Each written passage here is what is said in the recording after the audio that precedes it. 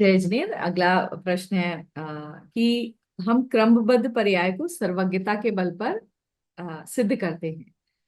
तो क्या क्रम नियमित पर्याय को सिद्ध करने का कोई दूसरा हेतु और है क्या हमारे पास? जी। आज से लगभग 15-16 साल पहले जब मैंने क्रमबद्ध पर्याय पढ़ी एज अ कोर्स, वैसे तो खूब सुनी है, बचपन से सुनी है, पर जब मैंने पूरे उसको पढ़ा, उसका एग्जाम दिया, तब उसमें एक पुस्तक में लाइन आई है कि इस क्रमबद्ध पर्याय को सिद्ध करने का एक सबसे प्रबल हेतु सर्वज्ञता है। तब मेरे जहन में एक सवाल आया था कि क्रमबद्ध पर्याय जो इतना अच्छा विषय है, जो हम किसी एक जैनेतर भाई को भी बताकर सिद्ध कर सकते हैं, उस विषय को जब हम किसी को सिद्ध करेंगे, किसी के समक्ष, कोई जैनेतर भाई को, तो वो भी यही सवाल करेगा कि मैं कैसे मान लूं कि कोई सर्वज्ञ है इस लोक में जो सब कुछ जानता है।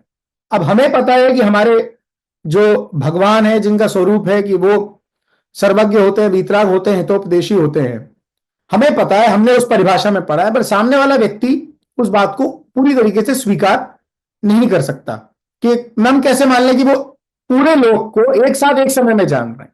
वो ये मानता है कि ऊपर वाला कोई है, वो ये मानता है कि ऊपर वाला कोई जो सब कुछ जानता है। ये एक ऐसी सवाल आया था, मैंने अपने शिक्षक से भी पूछा, पर उस समय जवाब नहीं मिला। परंतु उसी क्रमबद्ध पर्याय की पुस्तक में एक पेज में चर्चा आई है, जो आपने पढ़ी होगी, मुझे पता नहीं कितनी समझ आई, नहीं समझ आई, तो मैं थोड़ी सी आज उसकी चर्चा करूंगा, फिर आपको प्रवचन रेफर करूंगा, तो आपको उससे और बात ख्याल में आ जाएगी। परस्पर अनुस्यूति से रचित प्रभाक्रम, ये बहुत ही लॉजिकल पॉइंट है। जो क्रमबद्ध पर्याय पुस्तक जो आदरणीय हुकमचंद जी भारल की है, उसमें एक पेज में चर्चा आई है। उन्होंने भी उस तर्क को बहुत ज्यादा खुलासा नहीं किया, क्योंकि वो जन सामान्य के लिए पुस्तक है।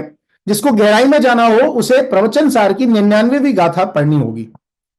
प्रवचन सार की 99वीं गाथा इतनी मार्मिक है कि उसमें पूज्य गुरुदेव श्री के एक प्रवचन है जो अलग से प्रकाशित किए गए कि भैया ये चर्चा इतनी अच्छी आई है कि इसकी अलग पुस्तक बना दो। पदार्थ विज्ञान के नाम से वो पुस्तक प्रकाशित हुई है, आपको ptst.in की वेबसाइट पे मिल जाएगी, जिसका संपादन पंडित रतन चंद जी भारल ने किया है। प्रवचन को सुना और फिर उसके बाद उसका संपादन किया, तो बहुत आसान भाषा में आपको समझ में आ जाएगी। उसके कुछ बिंदु हम यहाँ पे चर्चा उसकी करते हैं। देखिए क्या है, जब हम ये कहते हैं कि सब कुछ निश्चित है, क्रमबद्ध है, तो लोक में भी इस तरह की बात आती है। दो लोग उसमें आते हैं, दो लोगों में हमें विभाजन करना होगा। एक वो व्यक्ति है पूरे लोक में, मैं जन सामान्य की बात कर रहा हूं, हर एक व्यक्ति की, वो जैन हो नहीं हो कोई फर्क नहीं पड़ता, वो ईश्वरवादी है। वो ये मानते हैं कि ईश्वर कर्तृत्व है, इसलिए वो निश्चिंत रहते हैं। दूसरे होते हैं निरीश्वरवादी, जो ये मानते हैं कि जगत में कोई ईश्वरीय शक्ति ऐसी नहीं है जो करती है, तो सब कुछ जो होता है वो स्वयं परिणमित होता है। दो ही लोग हैं, दो ही मत हैं पूरे लोक में। आप किसी से पूछेंगे, मैं किसी एक व्यक्ति से मिला जो साष्टांग दंडवत अपने तीर्थ पर जा रहा था, हिंदू तीर्थ पर जा रहा था। मैंने कहा आप जा रहे हो, साष्टांग दंडवत करते हुए जा रहे हो, आप पता नहीं कब पहुंचोगे, 1 महीना लग जाएगा आपको पहुंचते पहुंचते, आपकी व्यवस्था कैसे होगी? अरे भाई साहब, हम कौन व्यवस्था करने वाले, व्यवस्था तो ऊपर वाला करता है। मैंने कहा बड़ा निश्चिंत है। इतने निश्चिंत तो हम नहीं है। क्यों?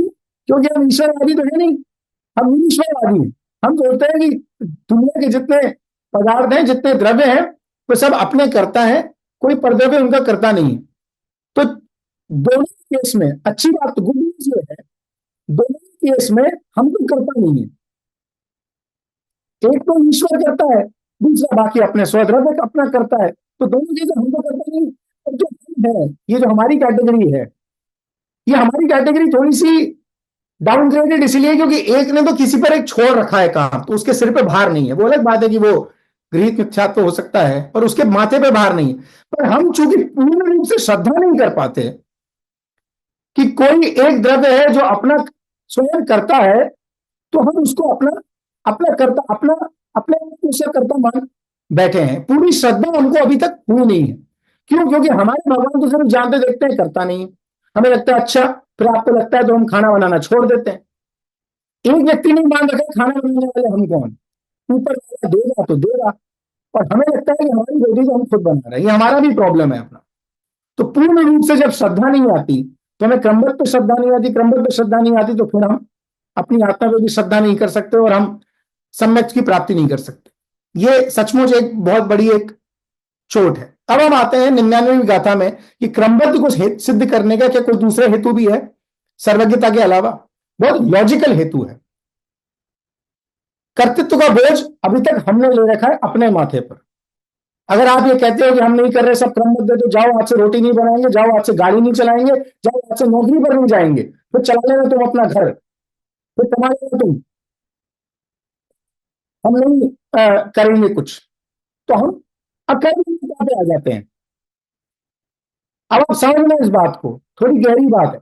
हम बात कर रहे हैं अकर्ता की, और ये जवाब हमें देता है अकर्मण्यता का। जाओ कुछ नहीं करते। अरे भाई तेरे से कब कहा कुछ मत कर, हम तेरे से कह रहे तू अकर्ता हो जा, ये कह रहे मैं अकर्मण्य हो जाता हूं आज से, हमें धमकी देता है। इसकी धमकी नहीं चाहिए। हम तुझसे ये नहीं कह रहे तू अकर्मण्य हो जा, तू कर्म करता रहे, अकर्ता से करता रहे। यह है सच्ची श्रद्धा क्रमबद्ध की। कैसे सिद्ध होगी ये? हम इसे बहुत प्रैक्टिकल एग्जांपल लेते हैं। हमने उबर बुक की, ओला बुक की, कहां से? आउट स्टेशन ओला बुक करी है हमने अहमदाबाद से बंबई जाने की। अब अहमदाबाद से बंबई जाने की जब मैं आउट स्टेशन कैब बुक करता हूं, तो मुझे सबसे पहले ऐप क्या दिखाती है कि अभी 8 बजे है और 7-8 घंटे का रास्ता तय करके आप शाम को 4 बजे तक बंबई पहुंच जाएंगे, जो रास्ता आपने डाला है, यानी कि अहमदाबाद से बंबई आपको जाना है। तो उस ऐप ने मुझे निकलने से पहले मेरे पहुंचने का समय बता दिया,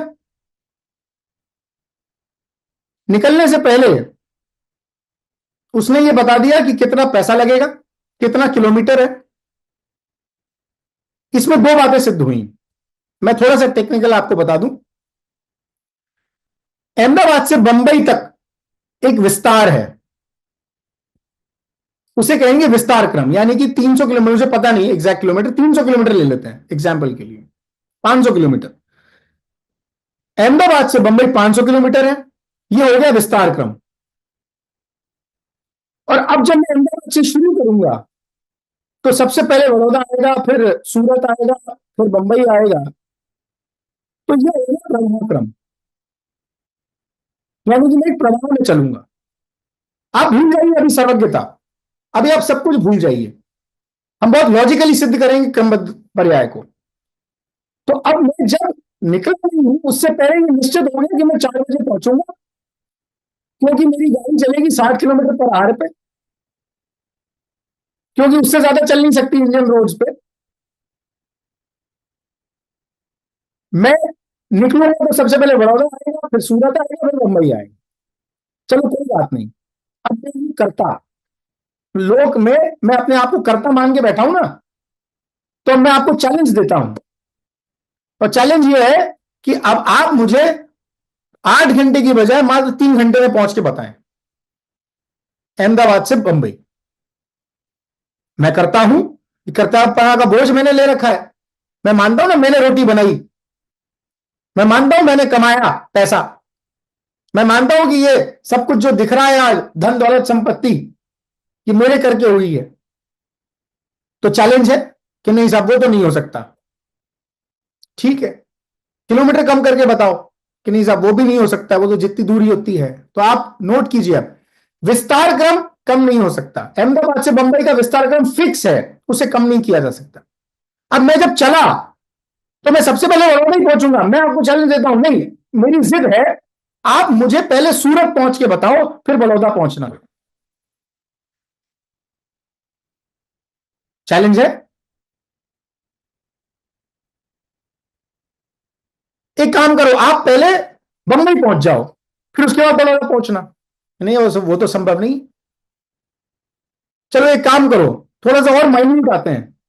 आप जब 8 बजे सुबह निकले और बड़ौदा पहुंचे 10 बजे, तो आप 10 बजे मत पहुंचो, आप 1 बजे बड़ौदा पहुंचना, समय को हेर फेर कर देते हैं, और फिर उसके बाद फिर आप बम्बई पहुंच जाना 4 बजे। संभव है? लॉजिकली बात इसलिए साबित होती है कि अनादिकाल से जो विस्तार चला आ रहा है, मैं जीव हूं, जीव ही बना हूं, बदला नहीं मैं, पुद्गल नहीं बना मैं, ना पुद्गल को जीव बना पाया। जिसका जो विस्तार है, मैं असंख्यात प्रदेशी आत्म तत्व हूं, मैं उसे कम ज्यादा नहीं कर पाया। और जिस प्रवाह में मैं चल रहा हूं, मैं उसी प्रवाह में चलूंगा। जैसे मैं जब 2 साल का हुआ तो उसके बाद में सीधा 10 साल का नहीं हो सकता, मैं 3 साल का ही होऊंगा। यह हो गया प्रवाह क्रम। मेरे जन्म से लेकर 80 वर्ष की उम्र तक यह हो गया विस्तार क्रम। और 2 साल के बाद में 3 का ही होऊंगा, 3 के बाद में 4 का ही होऊंगा, 4 के बाद में 5 का ही होऊंगा। यह हो गया प्रवाह क्रम। अब बदल के बताओ।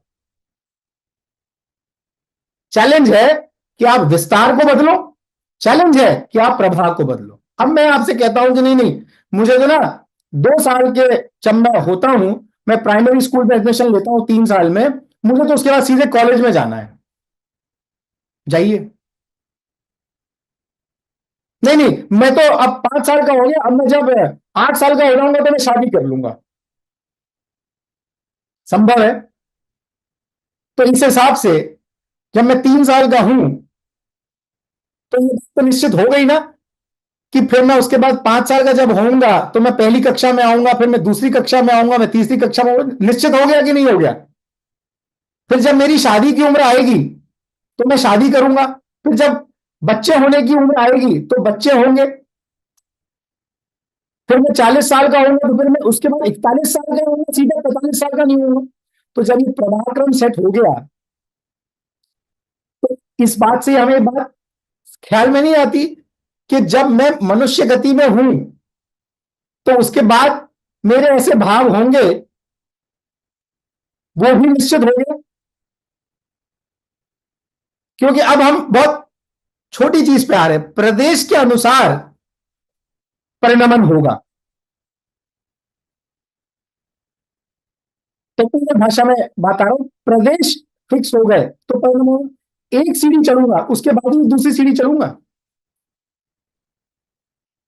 कितना पुरुषार्थ करूं अब मैं इस समय कि मैं मोक्ष को प्राप्त कर लूं? नहीं, क्योंकि अभी वो प्रवाह पंचम काल का चल रहा है। चतुर्थ काल में जब मैं आऊंगा तब वो मोक्ष की योग्यता पकेगी, तब उसके बाद वो होगा। तो ये लॉजिकली फिक्स सेट होती है बात कि हाँ, जब मैं गिनती गिनता हूं तो एक के बाद 2 ही गिनता हूं, 3 गिनता हूं, 4 गिनता हूं, 365 पे नहीं आ जाता हूं सीधा। तो फिर हम कैसे पर्याय को बदल सकते हैं? पर्याय इसीलिए अपने प्रवाह में क्रम अनुसार ही चलेगी, उनका क्रम नहीं बदल सकता। जैसे सीढ़ियों का क्रम नहीं बदल सकता, जैसे कक्षाओं का क्रम नहीं बदल सकता, जैसे क्षेत्र का क्रम नहीं बदल सकता। अहमदाबाद से बंबई है, क्षेत्र एक एक क्षेत्र खचित है। सड़क का एक एक डामर का एक एक परमाणु टुकड़ा वो खचित है। मैं ये नहीं बोल सकता कि सूरत की जगह वडोदरा को उठा के रख दूं, वडोदरा की जगह सूरत को उठा के रख दूं। इसीलिए जब क्षेत्र निश्चित है तो एक एक पर्याय निश्चित है, और एक एक पर्याय निश्चित है, क्रमबद्ध पर्याय उससे सिद्ध होती है तर्क से, कोई क्वेश्चन नहीं कर सकता। अब आप किसी एक जनेतर भाई के पास भी बैठे हों तो उसको इस लॉजिक से आप क्रमबद्ध को सिद्ध कर सकते हैं। इसको सचमुच इस चर्चा को सुन के, बहुत थोड़ी सी अचर्चित गाथा है ये, आप पदार्थ विज्ञान पढ़ें, आपको उस पुस्तक में 50 पेज में काफी आनंद आएगा। मुझे बहुत अच्छा लगा, कोविड के दौरान मैंने इस पुस्तक को पढ़ा, उसके बाद फिर मुझे प्रवचन करने का भाव आया तो मैंने प्रवचन किया। अधिक जानकारी अगर इसकी लेनी हो तो प्रवचन सार की 99वीं गाथा यूट्यूब पे आप सर्च करेंगे मेरे नाम से, आपको मिल जाएगा। तनु जी भेज देंगे।